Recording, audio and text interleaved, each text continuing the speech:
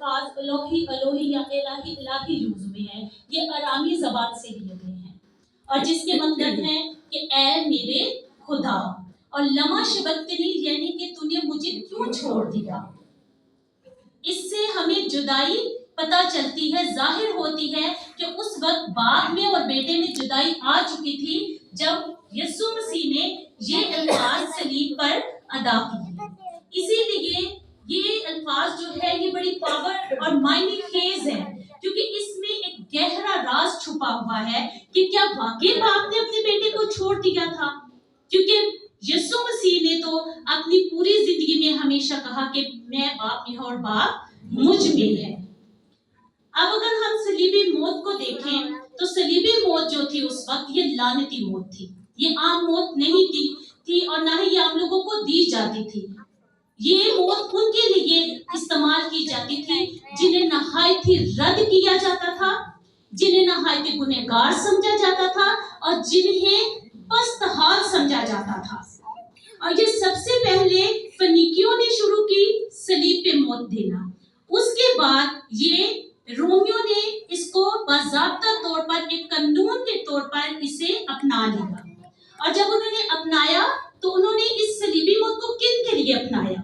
उन्होंने इस सलीबी मौत को देहातियों के लिए अपनाया, उन्होंने इस सलीबी मौत को गुलामों के लिए अपनाया और बदतरीन मुजरमों के लिए, आम लोगों के लिए नहीं, बदतरीन मुजरमों के लिए अपनाया। और किसी रोमी को सलीब नहीं दी जाती थी क्योंकि रोमी खुद को बहुत आला ज़र्फ और आला दर्जा के लोग समझते थे, जो सिर्फ नकम्मे और गिरे पड़े और रद्द किए हुए लोगों के लिए ये मौत दी जाती थी, मुकर्रर की जाती थी।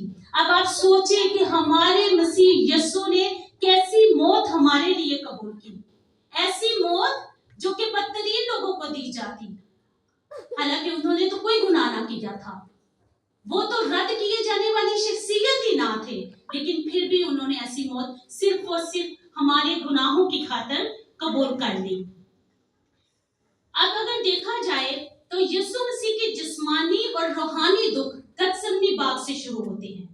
अब कैसे शुरू होते हैं कि गतसमनी बाग में जब वो दुआ कर रहे थे और उनका पसीना खून की बूंदें बनकर टपक रहा था, तो तब क्या था कि उनका जिस्म कमजोर होना शुरू हो गया था। वो इस कदर दुख और कर्ब में थे कि वो उस जुदाई को अभी से महसूस कर रहे थे। अब उन्होंने दुआ की कि बाप अगर हो सके तो ये प्याला मुझसे टल जाए। अब ये अल्फाज उन्होंने इसलिए नहीं बोले कि वो इस मौत से बचना चाहते थे, वो दुखों से बचना चाहते थे, बल्कि उन्होंने तो अपनी पूरी जो खिदमत थी उसमें हमेशा अपने शागिर्दों से कहा कि जो है मुझे ये प्याला पीना जरूर है, मुझे ये दुख उठाना जरूर है। और ये अल्फाज उन्होंने क्यों बोले, क्यों अदा किए? क्योंकि उन्हें बाप से अपनी जुदाई नजर आ रही थी, वो लम्हा नजर आ रहा था जब उन्होंने बाप से जुदा होना था, क्योंकि उन्हें पता था कि उनका बाप गुनाह को देख नहीं सकता। और जब हम इंसानों के गुनाह उन पे लाद दिए जाने हैं तो क्या होना है कि बाप में और बेटे में जुदाई आ जानी है। और ये जुदाई उनको नढाल कर रही थी, उन्हें मौत से पहले ही एक मौत का नजारा करा रही थी, जिसकी वजह से, क्योंकि यीशु मसीह यही जुदाई, इस जुदाई के बारे में जानते थे कि गुनाह के कफारे की पूरी कीमत जो थी वो जिस्मानी मौत थी, लेकिन वो ये भी जानते थे कि हमारे गुनाहों के वास्ते जो वो अदा कर रहे हैं उसके तौर पे उन्हें रूहानी मौत भी कबूल करनी होगी। और रूहानी मौत उनकी और उनके बाप से जुदाई की मौत थी, जो कि उनको नहायत ही पुरदर्द तकलीफ दे और अफसुर्दगी में डुबो रही थी, जिसकी वजह से उनका पसीना खून की बूंदें बनकर टपक रहा था, बह रहा था। अब अगर कलमा के वक्त पर गौर किया जाए तो ये कलमा तीसरे पहर में बयान किया गया। पहले जो कलमात थे वो 9 से 12 के बीच में रोशनी में बयान किए गए, लेकिन ये कलमा जब बोला गया तो हर तरफ अंधेरा छा गया, तारीकी ने हर चीज पर अपना काबू कर लिया। अब वो तारीकी किस चीज की थी? अगर हम देखें तो वो तारीकी हमारे गुनाहों की थी, वो तारीकी हमारी लानतों की थी, वो तारीकी हमारी मफलसियों की थी, वो तारीकी हमारे अब तरीके थी, वो तरीके उन चीजों की थी जो हम अपनी बेजा ख्वाहिशों की वजह से अपने गुनाह करते हैं। लेकिन उस तरीके के अंधेरे में कौन जुदा होने जा रहा था अपने बाप से? यीशु मसीह, हमारा नजात दहिंदा। इसीलिए उन्होंने ये कलमा कहा कि एली एली लमा शबक्तनी। इसके बाद अगर हम देखें तो ये जो टाइम था 12 से 3 बजे का वक्त, ये फसह की तैयारी का वक्त था। इस टाइम पे यहूदी जो थे वो कुर्बानी देते थे, लेकिन वो तारीकी और अंधेरा इस कदर गहरा था कि यहूदी अपनी फसह की तैयारी ही ना कर पाए, क्योंकि उस अंधेरे में कुछ नजर ही नहीं आ रहा था। वो कुछ भी देखने के किसी को काबिल ही उस तरीके ने ना छोड़ा और वो अपनी कुर्बानी ना कर पाए। और यहाँ पे हमें खुदा बाप का एक मंसूबा भी नजर आ रहा है कि अगर खुदा ने अपने बेटे को कुर्बान होने के लिए पेश किया तो यहूदियों की कुर्बानी को रद्द कर दिया गया यहाँ पर। और अगर यहूदियों की कुर्बानी को रद्द कर दिया गया तो यहूदियों ने उस कुर्बानी के रद्द किए जाने का मातम 3 दिन तक मनाया। और देखें कि अगर मसीह यीशु को मसलूब किया गया तो अगर उनके साथी दुख और करब में से गुजर रहे थे तो यहूदी भी दुख मना रहे थे, उन्होंने भी टाट ओढ़े थे। उन्होंने टाट क्यों ओढ़े थे? कि हम फसा नहीं कर सके, हम कुर्बानी नहीं दे सके, जबकि उन्हें ये नहीं मालूम था कि खुदा बाप का ये मंसूबा है कि आप उस दुख में शामिल हों, आप टाट ओढ़ें, आप उस दुख को महसूस करें।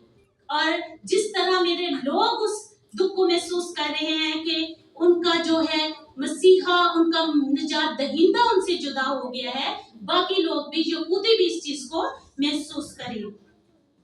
अब हम देखते हैं कि ये कफारा का जो कलमा है ये कर्ब का कलमा है, दुख का कलमा है, तड़प का कलमा है, बेयगानगी का कलमा है। क्यों बेयगानगी का? क्योंकि यगानत खत्म होती नजर आ रही, बल्कि खत्म हो चुकी थी। और खत्म क्यों हो गई? क्योंकि हमारे गुनाह मसीह पर लाद दिए गए थे। और मसीह ने क्या कहा कि ऐ मेरे बाप, तूने मुझे क्यों छोड़ दिया? और क्यों छोड़ा गया? क्योंकि हमारे गुनाह उस पे लाद दिए गए थे और खुदा की आंख पाक है और वो गुनाह को देख नहीं सकती। और ये मुझे बताएं कि जब उसने अपने बेटे को छोड़ दिया तो हम क्या चीज है? हम गुनाह कर लेते हैं, हम कहते हैं हम माफी मांग लेंगे। तो जब उसके बेटे पे गुनाह ला दिया गया तो उसने अपने बेटे को भी छोड़ दिया।